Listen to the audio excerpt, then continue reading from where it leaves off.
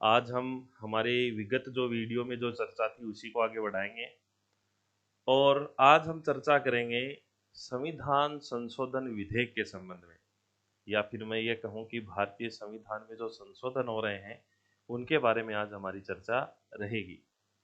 देखिए, किसी भी देश का संविधान जो होता है वह संविधान उस देश के जो निवासी हैं, नागरिक हैं, उनकी जो अपेक्षाएं हैं, उनका जो विश्वास है, उनकी जो मान्यताएं हैं, उनकी जो मांगे होती हैं अपनी सरकार से, उसकी क्या होता है, एक दर्पण कहें, एक अभिव्यक्ति कहें या तस्वीर कहें, वो होता है।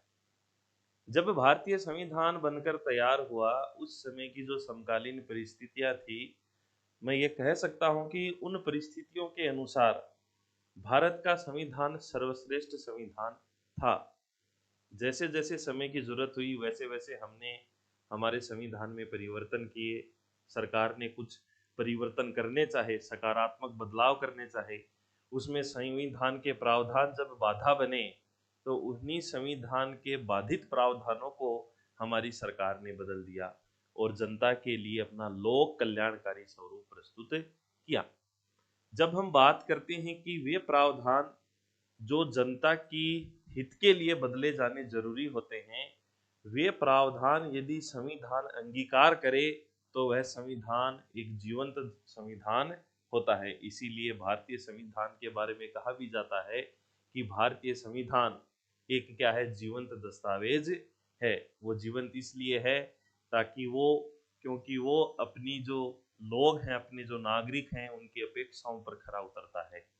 एक पंडित जवाहरलाल नेहरू का कोटेशन है जो मुझे याद है कि पंडित जवाहरलाल नेहरू कहते हैं कि यदि किसी देश का संविधान क्या हो, कठोर हो, यदि किसी देश का संविधान कैसा हो, कठोर संविधान हो, तो उस देश में विकास की संभावनाएं क्या हो जाती हैं, अवरुद्ध हो जाती हैं। यानी उस देश में क्या नहीं होगा, विकास नहीं होगा। हमारा देश निरंतर विकास कर रहा है, ये इसीलिए है क्योंकि हमारा देश का जो संविधान है वो कठोर नहीं है। हमारे देश का संविधान लचीला भी है, कठोर भी है। कुछ प्रावधान जो है वो सामान्य विधि के द्वारा बदल दिए जाते हैं और कुछ प्रावधान जो है उनको बदलने के लिए एक विशेष प्रक्रिया का अनुसरण करना पड़ता है। यदि हम हमारे देश में संविधान जो है उसके जो बदलाव के जो तरीके हैं, यदि हम उनकी चर्चा करें तो हम देखते हैं कि हमारे जो संविधान में जो परिवर्तन है, जो संशोधन है, वो दो तरह से होता है। कितने तरह से होता है भैया? दो तरह से। एक जो तरीका है संशोधन का वह है अनौपचारिक,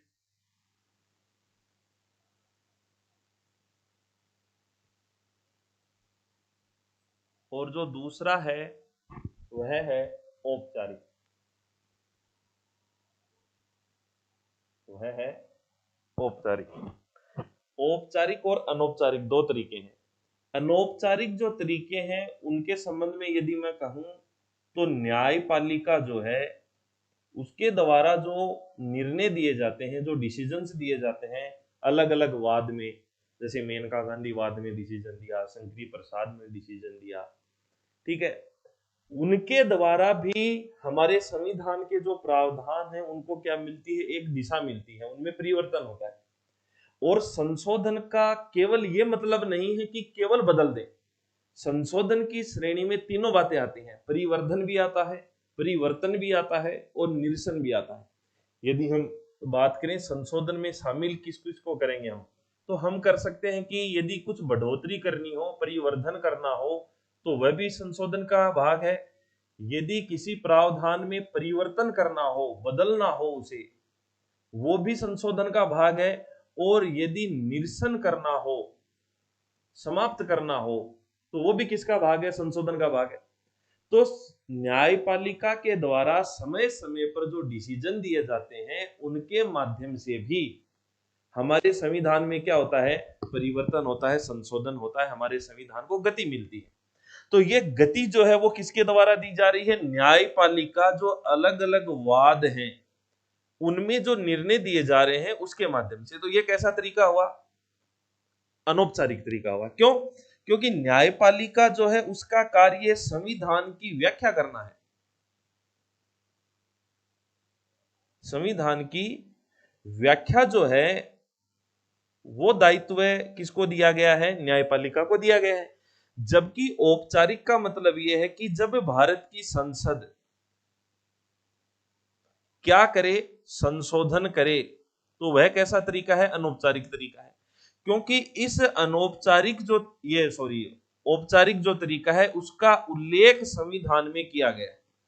संविधान का अनुच्छेद 368 और भाग जो है 20 वो कहता है कि हमारे संविधान में कौन से प्रावधान किस प्रक्रिया के द्वारा बदले जाएंगे, किन प्रावधानों का विशेष संघीय महत्व है, संघीय व्यवस्था से महत्व है, उनके लिए क्या प्रक्रिया अपनाई जाएगी, वो कहां दी गई है? औपचारिकताओं के साथ बताए गए हैं। कहां? अनुच्छेद 368 और भाग 20 में। इसलिए संविधान में यह परिवर्तन का तरीका कैसा है? औपचारिक है। जबकि न्यायपालिका जो डिसीजन देती है, जिसके माध्यम से संविधान को दिशा प्रदान करती है, वो तरीका कैसा है? अनौपचारिक है।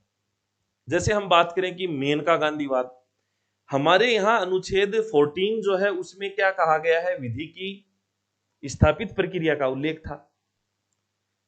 मेनका गांधीवाद के बाद कोर्ट ने जब यह कहा कि विधि की स्थापित प्रक्रिया के साथ साथ हमें क्या अपनाना चाहिए? उचित प्रक्रिया को भी अपनाना चाहिए। तो यह परिवर्तन हुआ है कहां? स्थापित प्रक्रिया के अनुसरण में हमें किसको स्थान देना? उचित प्रक्रिया को स्थान देना। हुआ तो संविधान में परिवर्तन। संविधान में परिवर्तन हुआ, लेकिन किया किसने? न्यायपालिका के वाद ने। अलग से संशोधन करने की आवश्यकता नहीं हुई। कुछ प्रावधान ऐसे हैं जो न्यायिक निर्णयों के माध्यम से, किसी वाद के माध्यम से उनको क्या किया गया है? समाप्त किया गया है। यदि हम बात करें अनुच्छेद 368 में ही, तो उसमें कितने सब आर्टिकल है? 5 सब आर्टिकल है। लेकिन जो प्रासंगिकता है वो किसकी है? पहले 3 की है।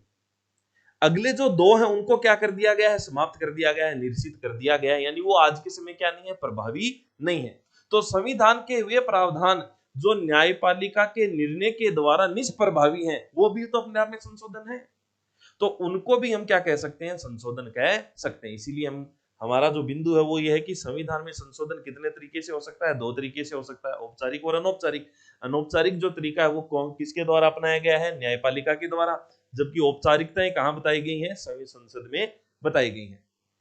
ठीक है, आगे हम हमारी चर्चा को बढ़ाते हैं और बात करते हैं कि हमारे संविधान में जो संशोधन है वो किसके किन तरीकों के माध्यम से होता है।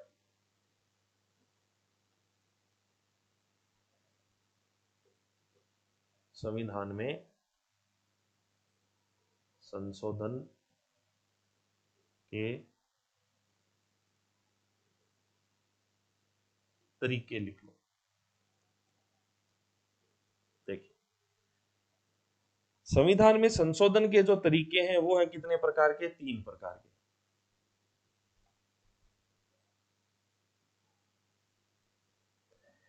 एक पहला जो है वो है सामान्य प्रक्रिया द्वारा।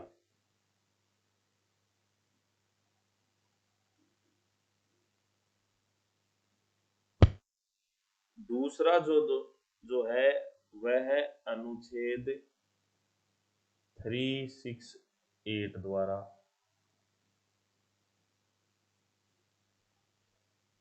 तीसरा जो है वो भी बताया गया है अनुच्छेद 3682 में। इसके साथ साथ क्या होता है? आधे से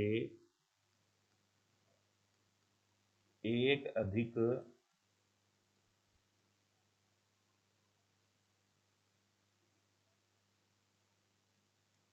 आधे से एक अधिक राज्यों का समर्थन।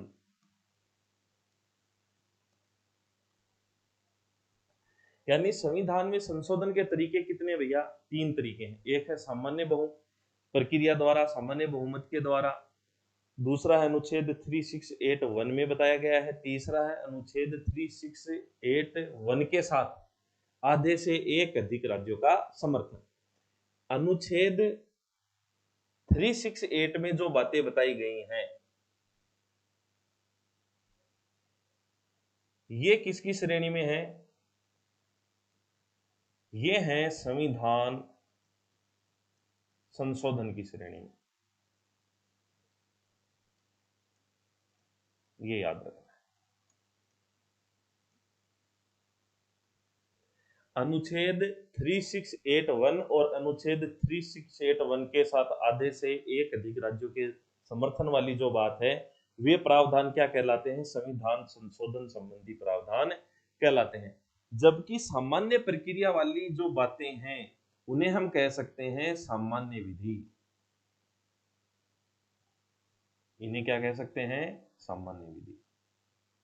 यानी सामान्य प्रक्रिया के द्वारा किसका निर्माण किया जाता है? सामान्य विधियों का निर्माण किया जाता है। जबकि संविधान संशोधन की प्रक्रिया के द्वारा संविधान में परिवर्तन किया जाता है। अक्सर हम सुनते हैं कि हमारे देश का संविधान क्या है? लचीले व कठोर का मिश्रण है। तो लचीले का मतलब क्या है? कि यदि किसी देश के प्रावधान किसके द्वारा बदल दिए जाएं? सामान्य प्रक्रिया के द्वारा बदल दिए जाएं, तो उस देश का संविधान क्या होता है? लचीला संविधान होता है। और यदि किसी देश के प्रावधान, संवैधानिक प्रावधान जो है उनको बदलने के लिए एक जटिल प्रक्रिया, विशेष प्रक्रिया का अनुसरण करना हो, तो वह कैसा संविधान होता है? जटिल या फिर कठोर संविधान होता है। तो हमारे यहाँ कुछ प्रावधान ऐसे हैं जो सामान्य प्रक्रिया के द्वारा बदल दिए जाते हैं, जबकि कुछ प्रावधान अनुच्छेद 368 में बताई गई प्रक्रिया के अनुसरण के द्वारा बदले जाते हैं। हम सबसे पहले चर्चा करते हैं सामान्य प्रक्रिया के द्वारा बदले जाने वाले प्रावधान। देखिए,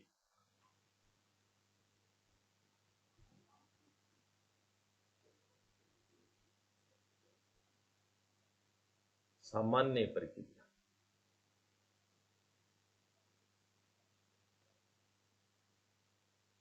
हमने हमारे पिछले वीडियो में चर्चा की थी कि सामान्य प्रक्रिया के द्वारा जो प्रावधान बदले जाते हैं वो सामान्य बहुमत की सहायता से बदले जाते हैं।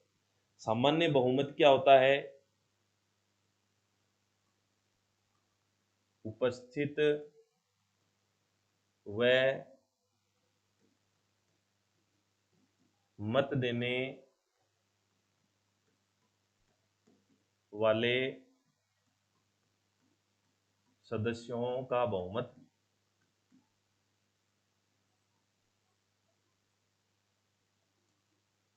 ये सामान्य बहुमत होता है। इस सामान्य प्रक्रिया, सामान्य बहुमत के द्वारा जो प्रावधान बदले जाते हैं वो भी कई बार पूछ लिए जाते हैं। एक दिमाग में कॉन्सेप्ट ये रखो कि सामान्य प्रावधान जो हैं उनका उल्लेख कहाँ नहीं है? अनुच्छेद 368 में नहीं है। पहली बात, जिस किसी भी भाग के अंतिम अनुच्छेद में ये लिखा हुआ हो कि इस भाग के संबंध में विधि बनाने की शक्ति किसके पास होगी? संसद के पास होगी या फिर राज्य विधानमंडल के पास होगी।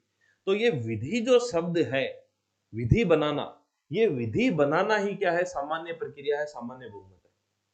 आई बात समझ गए? सामान्य विधि जो है जिस प्रक्रिया के अनुसरण द्वारा बनेगी वह प्रक्रिया क्या होती है? सामान्य प्रक्रिया होती है। और उसके लिए बहुमत कौन सा अनिवार्य होता है? सामान्य बहुमत अनिवार्य होता है। और सामान्य बहुमत होता क्या है? उपस्थित व मत देने वाले सदस्यों का आधे से एक ज्यादा। देखो, वे कौन से प्रावधान हैं जो किसके द्वारा बदले जाएंगे? सामान्य बहुमत के द्वारा बदले जाएंगे। नए राज्य का गठन करना हो,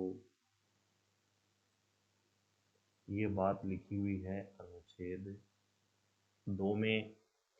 अगला जो है,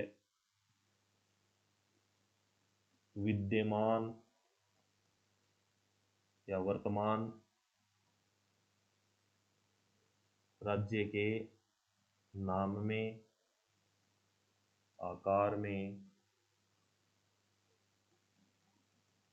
या क्षेत्रफल में परिवर्तन। तीसरा, नागरिकता में परिवर्तन, नागरिकता संबंधी प्रावधान। ये जो बातें हैं वो कहाँ दी गई हैं? अनुच्छेद 3 में दी गई हैं। ये बातें कही गई हैं अनुच्छेद 11 में। उसके अलावा राज्य के लिए विधान परिषद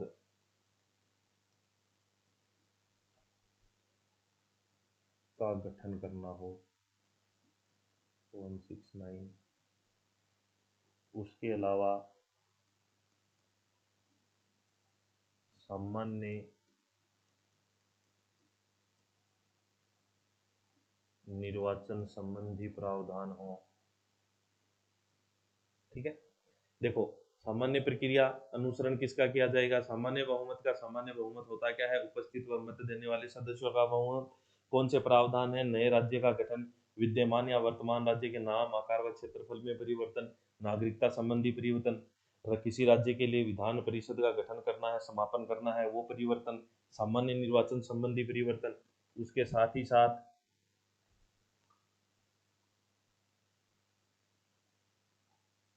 वित्त विधेयक पारित करना हो,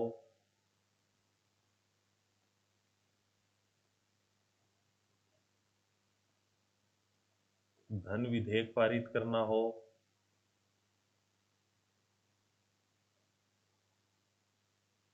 बजट पारित करना हो,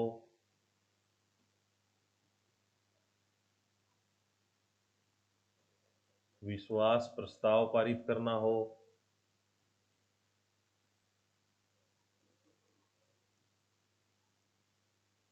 अविश्वास प्रस्ताव पारित करना हो,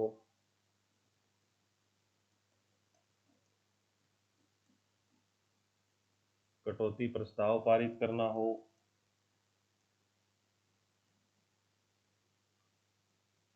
स्थगन प्रस्ताव पारित करना हो। ये वो सामान्य बातें हैं जो किसके द्वारा बदली जाती हैं? सामान्य बहुमत के द्वारा बदली जाती हैं। इनके साथ साथ हम याद रखें तो एक याद आप रखो विशेष रूप से कि जो राष्ट्रपति शासन है, राष्ट्रपति शासन अनुच्छेद 356, और एक आप याद रखो वित्तीय आपातकाल, वित्तीय आपात जो है अनुच्छेद 360। उसके साथ आप याद रखो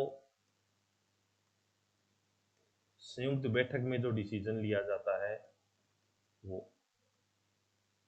उसके अलावा जो विधेयक राज्यों को भेजे जाएंगे वे संविधान संशोधन विधेयक जो कहाँ जाते हैं? राज्यों के पास समर्थन के लिए जाते हैं। वो राज्य के विधानमंडल में किसके द्वारा पारित होते हैं? सामान्य बहुमत के द्वारा पारित होते हैं। तो ये सारे प्रावधान जो है वो किसके द्वारा पारित होंगे भैया? ये सामान्य प्रक्रिया के द्वारा। ये सब किसके द्वारा पारित होते हैं? सामान्य बहुमत या फिर सामान्य प्रक्रिया के द्वारा पारित होते हैं।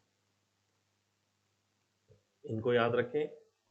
देखो इससे पहले हमने देखा कि सामान्य प्रक्रिया, सामान्य बहुमत, उपस्थित व मत देने वाले सदस्यों का आधे से ज्यादा बहुमत, नए राज्य का गठन, विद्यमान राज्य के नाम, आकार, क्षेत्रफल में परिवर्तन, नागरिकता संबंधी परिवर्तन, किसी राज्य के लिए विधान परिषद का गठन करना हो, सामान्य निर्वाचन संबंधी प्रावधान हो, उसके अलावा वित्त विधेयक पारित करना हो, धन विधेयक पारित करना हो, बजट पारित करना हो, विश्वास प्रस्ताव है, विश्वास प्रस्ताव, कटौती प्रस्ताव, स्थगन प्रस्ताव, राष्ट्रपति शासन के अनुमोदन, वित्तीय आपातकाल का अनुमोदन, संयुक्त बैठक या फिर संविधान संशोधन विधेयक जो कहाँ जाएगा? राज्यों के पास समर्थन के लिए जाएगा।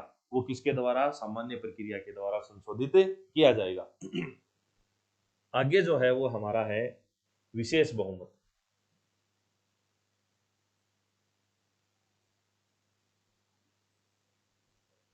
पहला तो बिंदु जो हमें क्लियर करना है दिमाग में कि विशेष जो शब्द है इसका क्या कारण है कि भाई इतनी देर हम सामान्य बहुमत लिख रहे हैं, पढ़ रहे हैं, बहुत सारे प्रावधान भी किसके द्वारा? सामान्य बहुमत के द्वारा बदले जा रहे हैं। तो ये विशेष शब्द क्यों आया है? विशेष शब्द का यहाँ मतलब ये है कि इतने इससे पहले जो बहुमत था उसमें हम क्या कर रहे थे? आधे से एक ज्यादा कर रहे थे, जबकि विशेष बहुमत में हम आधे से एक ज्यादा के साथ साथ यानी सदन का जो कुल बहुमत है उसके साथ साथ उपस्थित व मत देने वालों का कितना भी रखेंगे? 2/3 भी रखेंगे। अब सबसे पहली बात, विशेष बहुमत है क्या? तो विशेष बहुमत है क्या, ये देखो। पहली बात तो इसमें क्या है? सदन का कुल बहुमत, और कुल बहुमत आप लोग जानते हो, पिछली कक्षा जो थी उसमें हम चर्चा कर चुके हैं।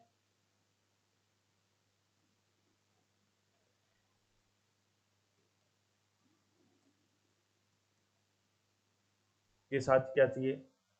उपस्थित व मत देने वाले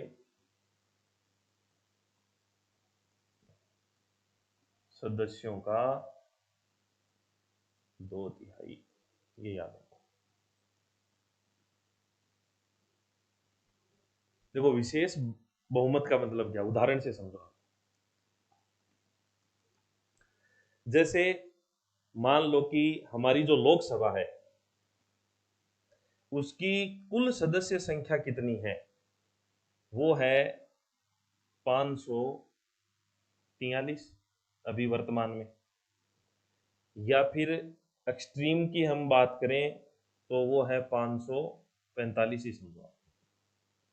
एक तो इसका बहुमत 545 का आधे से एक ज्यादा, ये तो क्या हुआ, इसे हम क्या कहते हैं? कुल बहुमत, कुल या पूर्ण बहुमत।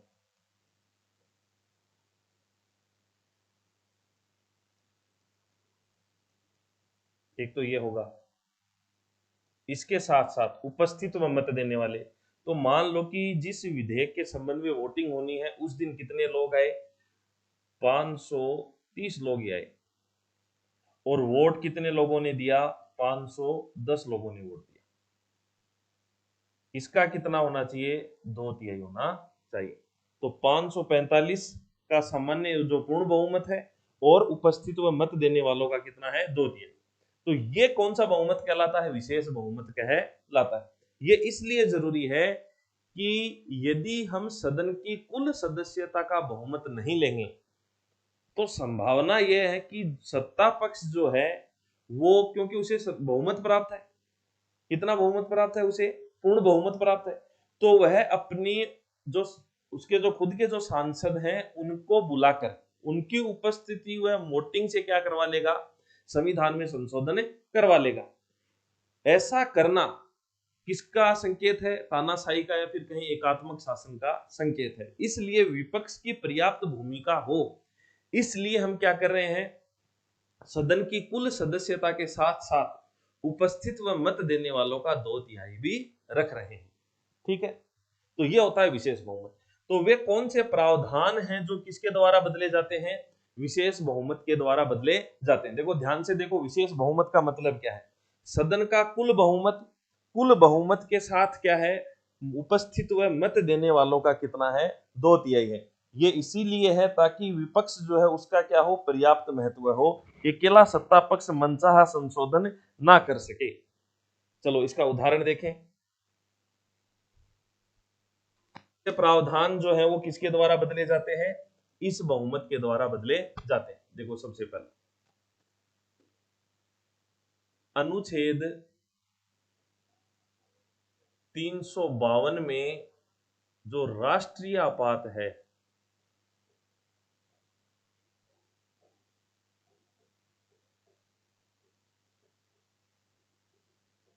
राष्ट्रीय आपात का जो अनुमोदन है वो किसके द्वारा होना चाहिए? विशेष बहुमत के द्वारा होना चाहिए। सीधी सी बात है, व्यवहार में भी देख लो, यदि सत्ता पक्ष के पास ये सारी पावर होगी तो मन चाहे दिन क्या लगा देंगे? वो राष्ट्रीय आपात लगा लेंगे, इमरजेंसी लगा लेंगे। अगला जो है वो हम याद रखेंगे मुख्य रूप से मूल अधिकार, डीपीएसपी, ये भी किसके द्वारा बदले जाते हैं? विशेष बहुमत के द्वारा बदले जाते हैं। उसके अलावा जो सुप्रीम कोर्ट के न्यायाधीश हैं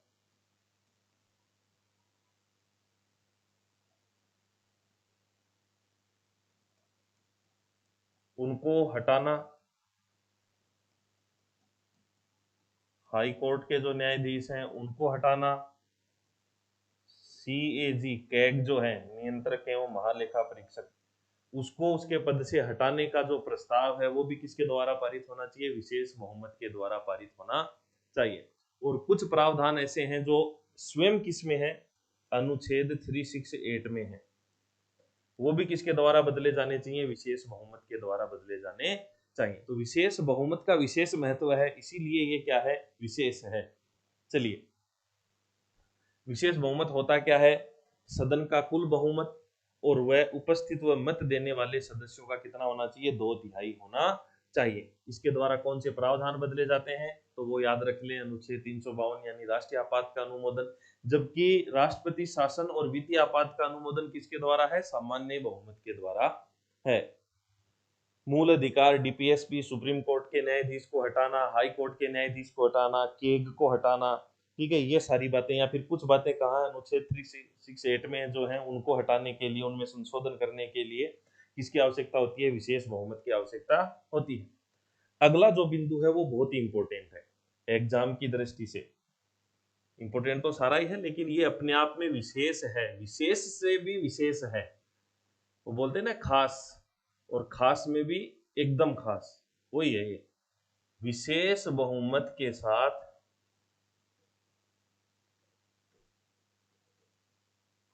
आधे से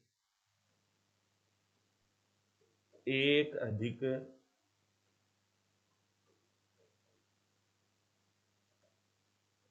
राज्यों का समर्थन। देखो, विशेष बहुमत में क्या है? आधे से एक अधिक राज्यों का समर्थन। विशेष तो वही है क्या? कुल बहुमत व उपस्थित व मत देने वाले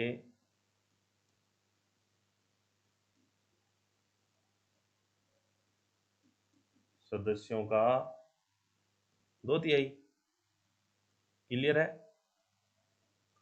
लेकिन राज्यों के समर्थन का क्या मतलब है? सामान्य बहुमत। जब विधेयक कहां भेजा जाएगा? राज्यों के पास समर्थन के लिए भेजा जाएगा, तो वो किसके द्वारा पारित होना चाहिए? सामान्य बहुमत के द्वारा पारित होना चाहिए। क्लियर है?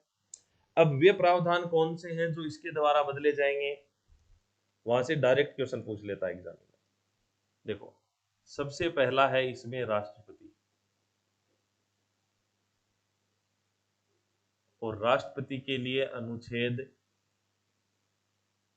54 व 55 याद रख लेंगे। हमारी जो पिछली कक्षा थी उसमें हमने डिटेल में चर्चा भी की थी। इसके अलावा संघ की कार्यपालिका जो शक्ति है उसका विस्तार जो है, उससे संबंधित अनुच्छेद अनुच्छेद है 73। उसके अलावा राज्य की कार्यपालिका शक्ति का विस्तार से संबंधित अनुच्छेद 162। उसके अलावा सुप्रीम कोर्ट से संबंधित जो प्रावधान है वो अनुच्छेद 124 से लेके 147 तक। उसके अलावा हाई कोर्ट के जो प्रावधान है वो 214 से लेके 231 तक। उसके अलावा यूटीज के जो न्यायालय हैं उनके प्रावधान है वो अनुच्छेद 241 में। उसके अलावा केंद्र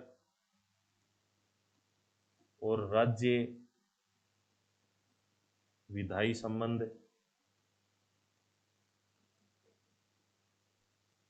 245 से लेके 255 तक। उसके अलावा माल एवं सेवा कर परिषद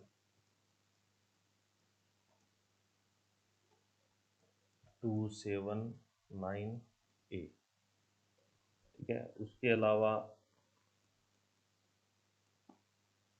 चौथी अनुसूची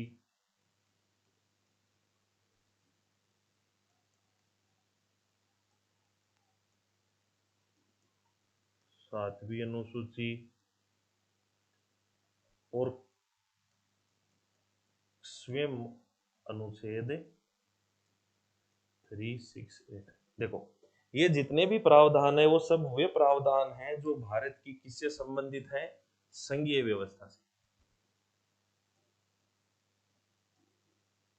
यानी वे समस्त प्रावधान जो संघीय व्यवस्था का अंग है या फिर उसके लक्षण हैं, उसके गुण हैं, वो सब बदलने के लिए हमें आधे से एक अधिक राज्यों के कंसेंट यानी सहमति की आवश्यकता होगी। यदि ऐसा ना हो तो केंद्र सरकार जो है वो संघात्मक से क्या बन जाएगी, यानी हमारे देश की जो शासन व्यवस्था है उसका स्वरूप ही क्या हो जाएगा, बदल जाएगा। संघात्मक से क्या हो जाएगा, एकात्मक हो जाएगा। और खास बात देखो, खुद अनुच्छेद 368 भी है इसमें। यदि राज्यों का समर्थन ना हो, जरूरी ना हो, तो केंद्र सरकार सबसे पहले ये करेगी कि राज्यों को भगाओ, इनकी कोई आवश्यकता नहीं है। संविधान किसके द्वारा लिखा गया था? उस समय की संविधान सभा ने लिखा, और उस समय की संविधान सभा ही किसमें कन्वर्ट हुई? संसद में कन्वर्ट हुई। तो सर्वे सर्वा कौन है? हम ही हैं, संसद है, लोकसभा राज्यसभा है। यानी लोकसभा और राज्यसभा ही क्या कर देगी? संविधान में धूम धड़ाका कर देगी। इसलिए राज्यों का भी महत्व है। इसीलिए संविधान संशोधन में किसको स्थान दिया गया है? राज्यों को स्थान दिया गया है। ये सारी बातें थी अनुच्छेद 368 में। अब देखो, सबसे लास्ट और सबसे खास बात, जैसे शक्तिमान में आता है ना, छोटी छोटी मगर मोटी बातें, तो सबसे छोटी बात है लेकिन सबसे खास बात है और सटीक प्रश्न पूछने वाली बात है, उसकी हम चर्चा करते हैं कि यह संविधान संशोधन विधेयक जो है ये क्या है? संविधान संशोधन विधेयक।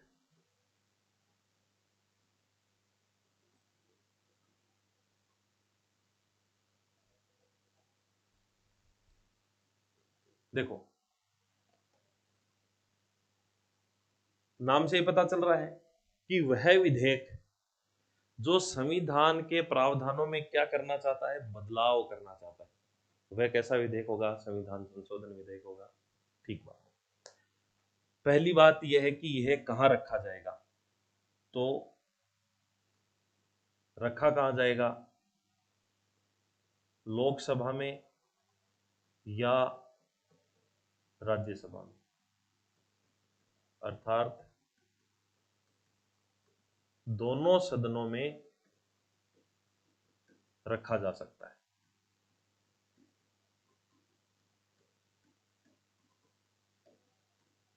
कहाँ रखा जा सकता है? दोनों सदनों में। या तो आप चाहें तो लोकसभा में रखो, चाहे यहाँ पे राज्यसभा में रखो।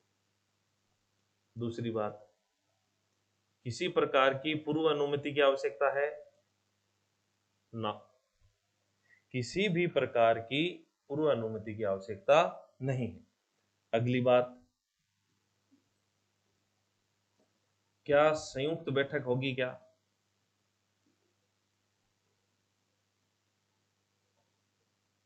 ना जी, संयुक्त बैठक नहीं हो सकती। अगली बात,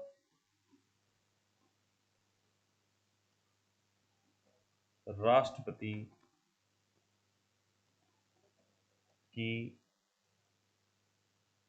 स्वीकृति के संबंध में क्या स्थिति है?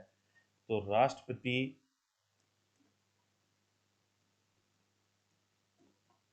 अनिवार्य रूप से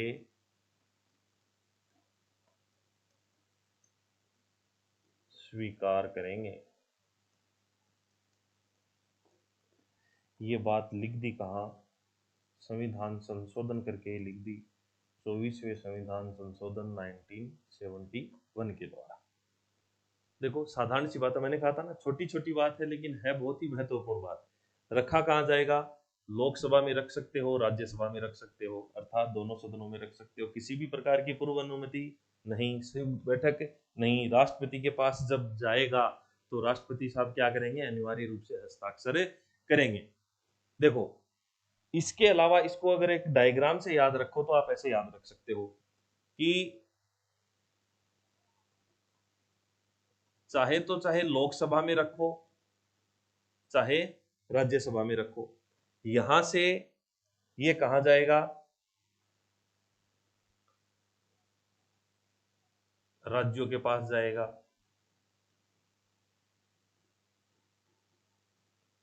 और राज्यों के पास से पारित होकर ये कहा जाएगा? राष्ट्रपति के पास।